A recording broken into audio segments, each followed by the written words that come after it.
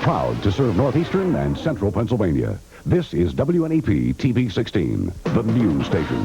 Now, Nolan Johannes, Karen Harch, Jack Ruland in Skycam 16, meteorologist Tom Clark with his backyard forecast, and Tim Carlson Sports. This is Newswatch 16. Good evening. Fire officials in Susquehanna County think they know how yesterday's huge dairy farm fire started. But it's still too soon to find out for sure. The fire, with $1.5 million in damages, leveled the H.B. Williams & Sons barn in the borough of Brooklyn. When it started, there were 200 head of cattle and 50,000 bales of hay inside. The dairy herd was saved, but late today, the smoldering hay was keeping investigators from finding out for sure what they now suspect. We think that it was a malfunction of the hay elevator. And top of the barn, they had been unloading hay probably an hour prior to that. And that's exactly where we think the hot spot started, where it was on fire. We haven't got the elevator out yet, but we're working on it. The fire chief feels the family may now have to sell off the dairy herd. The Williams barn was the biggest in Susquehanna County. Steamtown is thinking about cutting back on its runs to the Poconos. It seems train riders around here would rather shorter runs and lower ticket prices. Right now, Steamtown takes 2 excursions each day from Scranton to the Poconos, but officials say beginning next year that may be cut to 1 trip a week. They say Steamtown is not making enough money on the excursions, and people seem to like the shorter runs to Moscow. And we're looking at the potential of offering shorter trips, and actually the shorter the trip, the less expensive it is to run that trip, and therefore the less the ticket price would be. Officials say nothing is definite. They're working on a budget right now. Steamtown is already more than $1.5 million in debt and recently laid off about 6 people. If you're making the minimum wage, how would you like to make 50 cents an hour more? There's a bill being talked about in Harrisburg that would raise Pennsylvania's minimum wage. Labor leaders like it, business people don't. Newswatch 16's Bob Costantini talked with some business people today. He's live now in Wilkes-Barre Township with more. Bob? Nolan, there are a lot of help wanted signs here along Kidder Street in Wilkes-Barre Township. We're looking down on the fast food strip, and as you will see, there are 3 restaurants right in a row which have help wanted signs out. It's natural this time of year with young people heading back to school. These kinds of businesses must look to older workers and the unemployed to fill some of their openings. But several managers in this area report they are having trouble filling the jobs now open. We can safely assume that if the starting wage for jobs like this were, say, $8 an hour, there probably wouldn't be so many openings.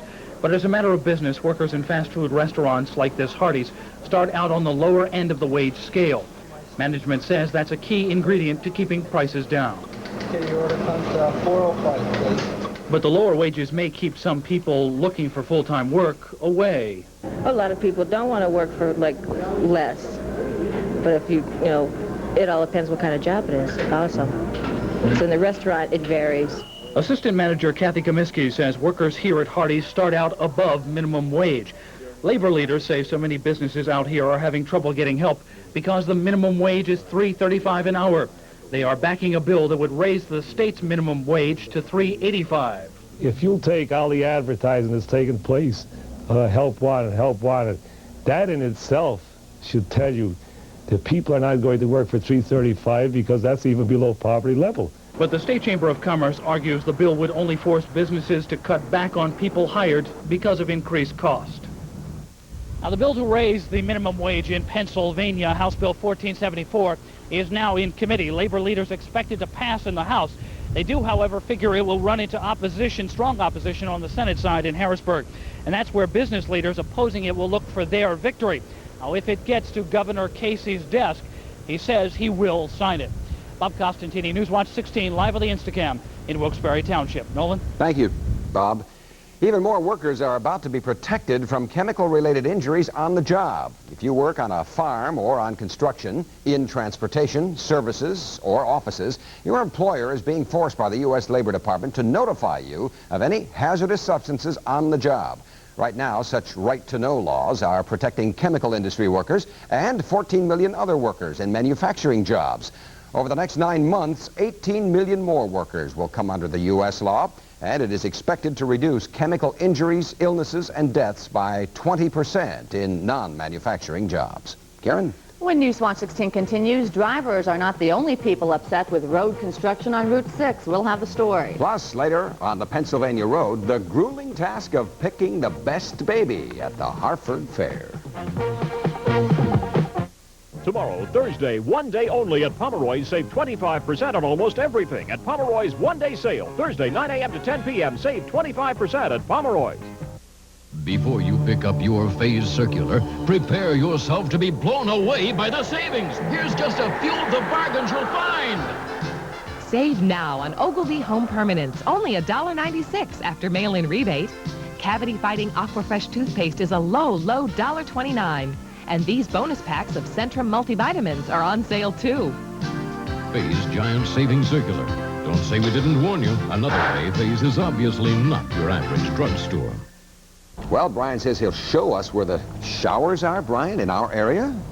Yes, Nolan, but only a very small percentage of the viewing area is getting rained on. It's been so dry recently that even a little bit of precipitation showing up on Skywatch 16 is big news. Let's start in Sybertsville this evening, where there is no rain. Kurt Ryan-Miller says 84 degrees at his place.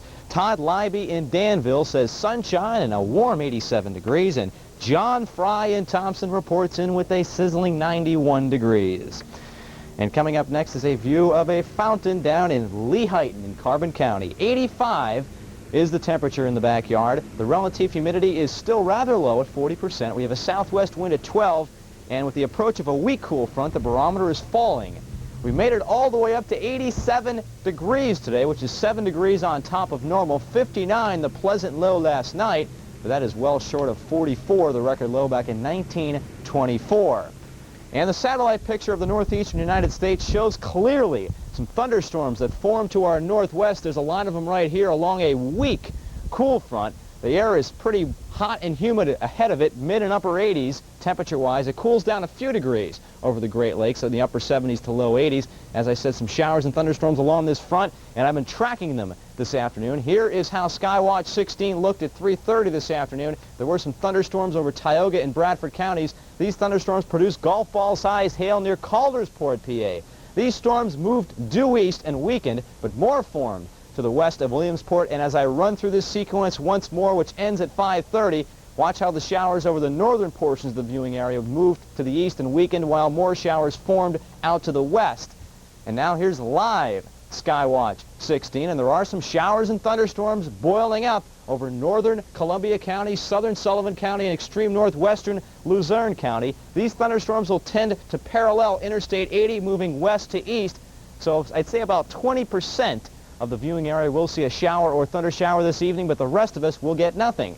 Tomorrow's weather map will show a weak area of high pressure moving over us, giving us a very nice day. A warm front to our southwest threatens to spoil at least part of our weekend. Showers along it, sultry hot air behind it, but I don't think the hot air is ever going to make it here anytime soon. For tonight, north and east of that blue dashed line, there will be scattered evening thunderstorms. Not everybody is going to get one. It is looking kind of dark in the western sky right now. 59 at Archbold, 59 at Mormel Square, 62 at Kramer. South of that line, you'll stay dry this evening. Look for a sunrise tomorrow morning, 6:17, and sundown, 7:56. So scattered thunderstorms this evening, which will end by 8 or 9 o'clock, then clear and pleasant later tonight, low near 60. Very nice day tomorrow. If you thought it was too warm today, you'll like tomorrow. High 82 degrees, a little bit cooler. Partly sunny Friday. There is the chance of a shower from late Friday into Saturday, 85 degrees. Partly sunny, a nice day on Sunday with less humidity, 81 degrees. So right now, Karen and Nolan, Sunday looks like the better bet this weekend. Okay.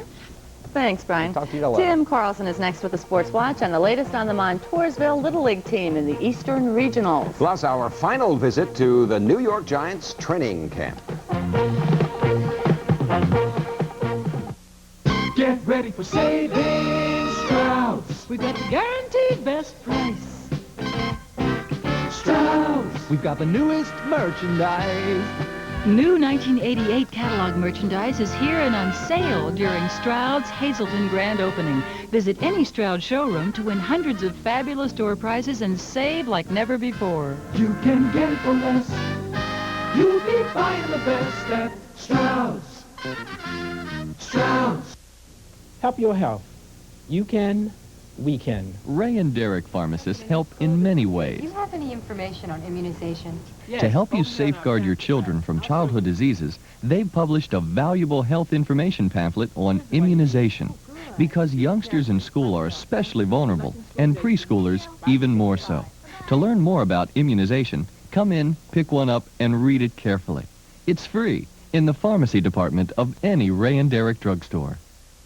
A great baseball game going on, right? Involving some local kids? Yeah, it's a nail biter, as they say. That's not nice to bite your nails. The Pennsylvania State champion Montoursville Little League All-Stars in Bristol, Connecticut today to play Trenton, New Jersey in the Eastern Regionals. Montoursville needs 3 wins this week to make it to next week's Little League World Series. Sports Watch 16's Albie Oxenreiter in Connecticut with the team. He sent us these highlights via satellite from today's game. We'll pick it up in a scoreless 4th inning. New Jersey's catcher Joe Gorla nails the 2-run homer, and it's 2-0 later in the 4th. The single here by Trenton's Dan Graciano scores Jeff Mason. He comes around, and it's 3-0. One more run in the 4th. Sean Miller, the blooper. It falls in. It scores Ed Capero, and it's 4-0 Trenton. But Montoursville starts the comeback in the bottom of the 4th inning. Matt Salvador rips one. The base hit scores Sean Meckley, and it's 4-1. Then in the 5th inning, Montoursville ties it. Mark Hartland, the blooper here, falls in, and it scores Mike Shannon to make it 4-2.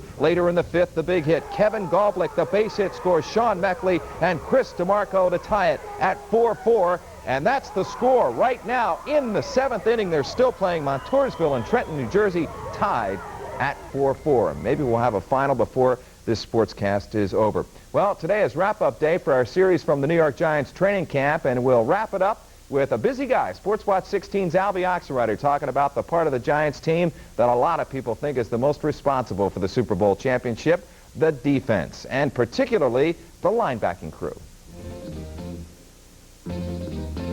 The Giants' defense is one of the most respected groups in football, and their awesome linebacking core is one of the big reasons why. It's an interesting group, led by last year's league MVP and the Giants' leading sacker, All-Pro Lawrence Taylor.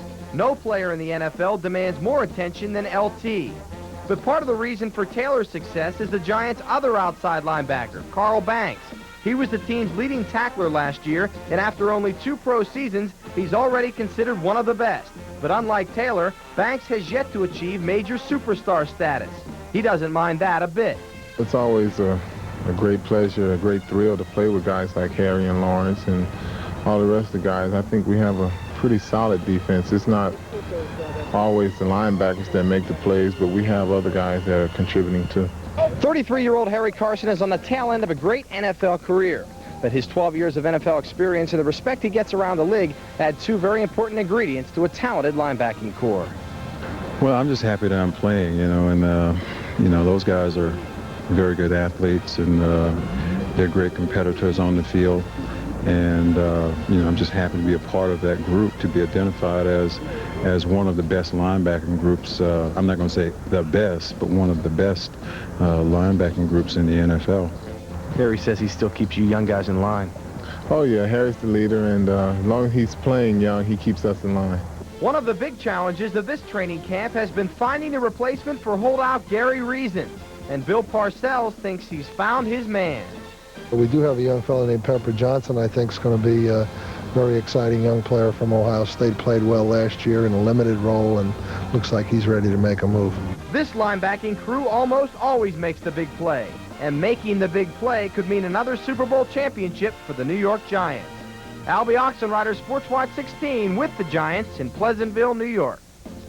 All right, and I just want to mention we just got the final score out of Bristol, Connecticut. Montoursville has won over Trenton, New Jersey. The final score in 7 innings, 5-4. The complete highlights tonight on the Sports Watch 16 update. Well, tomorrow we'll zoom over to Uniondale, New York, by the way, to begin a series on the New York Jets in training camp. And quickly, let's take a quick look at last night. Paul Molitor extended a hitting streak in the major leagues to 33 games, and here's how he did it. The ground ball to shortstop, and he beats it out tonight. He'll be going for 34 in a row at Municipal Stadium in Cleveland. We'll see you tonight. Okay. Great news for the Montoursville Yeah, kids. absolutely. And when Newswatch 16 continues, babies on parade at the Hartford Fair. Mike Stevens will take us there next on the Pennsylvania Road. Think IGA today. Cooking out or eating in, Table Right meat should be your first choice for quality, freshness, and great taste. Catch the wave of savings with the great taste of Coca-Cola. 2-liter bottle, 99 cents. Or treat your dog to the goodness of Alto dog food. 5 14-ounce cans, $1.99. And keep your savings rolling with Northern bathroom tissue. 4-roll pack, 89 cents. Think IGA today, 'cause we're thinking of you. Finally tonight, you might call it a day for the young, the very young, at the Harford Fair in Susquehanna County. Our Mike Stevens was on the Pennsylvania Road today and stopped for a look. You'd have thought Santa Claus or the Easter Bunny was coming to the fair, judging by the number of babies lined up row on row in the bleachers. Now, it wasn't anyone like that. Today was baby judging day, and all these kids were brought here to try to win, place, or show in this competition.